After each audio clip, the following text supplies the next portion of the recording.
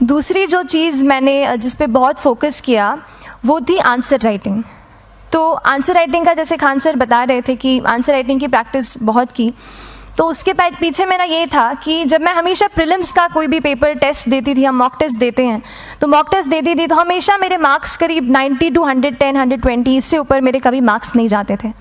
तो मुझे हमेशा ये डर था कि यार प्रीलिम्स में कहीं मेरा कुछ, क्योंकि कट ऑफ भी इसी कुछ रेंज में जाता है, तो हमेशा लगता था कि यार कुछ गड़बड़ यहाँ ना हो जाए। लेकिन जब मैंने आंसर राइटिंग की और मेंस एग्ज़ाम के बारे में जाना, तब मुझे लगा कि आंसर राइटिंग एक ऐसी चीज़ है, मेंस एक ऐसा फेज़ है सिविल सर्विस एग्ज़ाम का जहाँ पे आप अच्छे से तैयारी कर सकते हैं। And if you have written the answers, if you know कि you have covered the points well, if you have included उसमें कुछ आपने facts, international reports, government schemes, आपने कुछ ऐसे उसमें सॉल्व भी डाला है, तो जो रिजल्ट आएगा वो सेटिस्फैक्ट्री ही आएगा, अच्छा ही आएगा। तो मेंस एक ऐसा पार्ट है जिस पे आप काफ़ी बैंक ऑन कर सकते हो। मैं जब पर्सनालिटी टेस्ट भी मैंने दिया, तो इस बार भी आप नंबर्स देखेंगे तो आसपास की रैंक के हिसाब से मेरे नंबर्स उसमें कम हैं, लेकिन it is just the general studies and the answer writing part, जो मेंस के जो वो है मार्क्स हैं या मेंस का जो एक फैक्टर रहा, वो मेरे लिए सबसे ज़्यादा इंपॉर्टेंट डिसाइडिंग फैक्टर रहा है। तो अपना एक्सपीरियंस यही बताऊँगी कि आंसर राइटिंग पर आप विशेष फोकस कीजिए।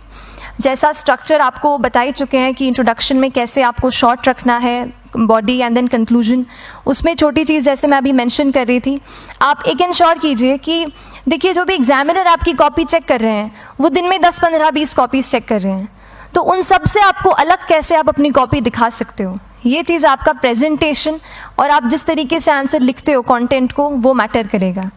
आप इंश्योर कर सकते हैं कि आपके आंसर में कुछ फैक्ट्स, गवर्नमेंट की स्कीम्स, कुछ कमिटीज़ बैठती हैं, जैसे एक प्रिवेसी पे justice BN Shri Krishna committee की रिपोर्ट आई है, तो आप मान लीजिए आपको कोई प्रिवेसी पे सवाल आ गया तो आपने उन कमेटी का नाम कोट कर दिया। ऐसे बहुत सारी कमिटीज़ होती हैं। कुछ इंटरनेशनल रिपोर्ट्स आते हैं, वो आप उनको इनके बारे में लिख सकते हैं। इंडिया का मैप आप बना सकते हैं। मैंने सीख लिया था कि 10-15 सेकेंड्स में कैसे जल्दी से मैप बनाना है और उस पर कैसे पॉइंट कुछ करना है, कुछ लोकेट करना है। तो ये कुछ ऐसी चीज़ें हैं जो आपके आंसर्स को एनरिच करेंगी और प्रेजेंटेबल बनाएंगी।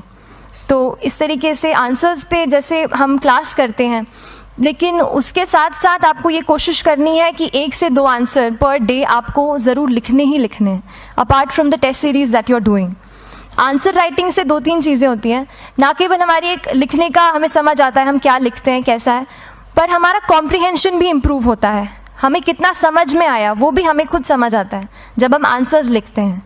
और इसीलिए आंसर राइटिंग पे आप फोकस कीजिए, 1 से 2 आंसर ज़रूर लिखिए।